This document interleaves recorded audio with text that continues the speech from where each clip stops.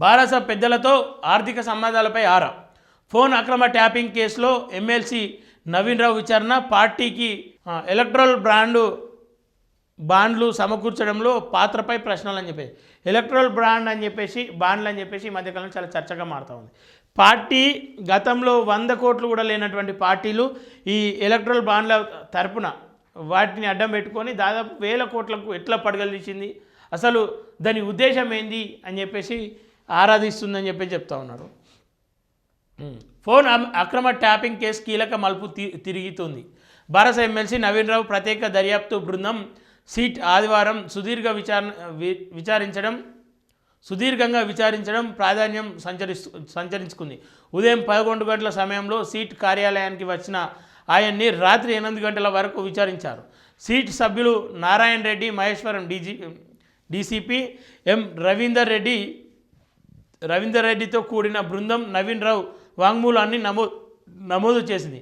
ఆయన నుంచి సేకరించిన సమాచారం ఆధారంగా మరికొందరు కీలక ప్రజాప్రతినిధులను విచారించే అవకాశం ఉన్నట్టు తెలుస్తుంది.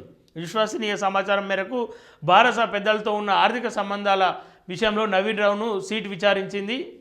మిగతాది 2లో. ఏదేమైనప్పటికీ ఈ విచారణలతోనే దాదాపు 2 నెలలు గడిచిపోయింది.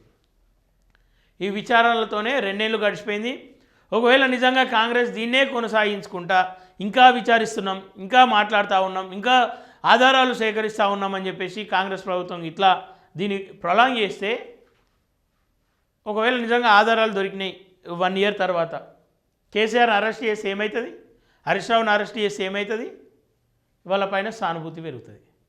కేటీఆర్ని అరెస్ట్ చేసినా, కేసీఆర్ని ముట్టినా, హరీష్ రావుని ముట్టినా సానుభూతి పెరుగుతుంది. ఖచ్చితంగా దాన్ని వాళ్ళు రాజకీయంగా వాడుకుంటారు. అది కాంగ్రెస్కే మరింత ముప్పు. వాస్తవాలు బయట పెడుతున్నామన్నా అది రాజకీయ కోణంలో చూడాల్సి వస్తుంది. ఎందుకంటే ఎన్నికలు దగ్గర పడ్డాయి కాబట్టి ఈ అరెస్టులు అని చెప్పేసి ఖచ్చితంగా ప్రతి ఒక్కరు అదే అనుకుంటారు. వాస్తవం కూడా అదే అయి ఉండొచ్చు అని చెప్పేసి ప్రజలు కూడా అదే అనుకుంటారు. వాస్తవమే అది.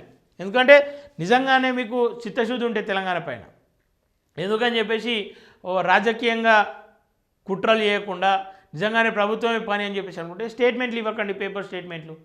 వాస్తవాలు ఒక్కసారి బయట పెట్టే ప్రయత్నం చేయండి. దీన్ని ఇంకా కొనసాగించుకుంటా ప్రజలను ఆగం చేసే ప్రయత్నం చేస్తూ ఉన్నారు కాబట్టి అవి కొంత తగ్గించుకుంటే బాగుంటుంది.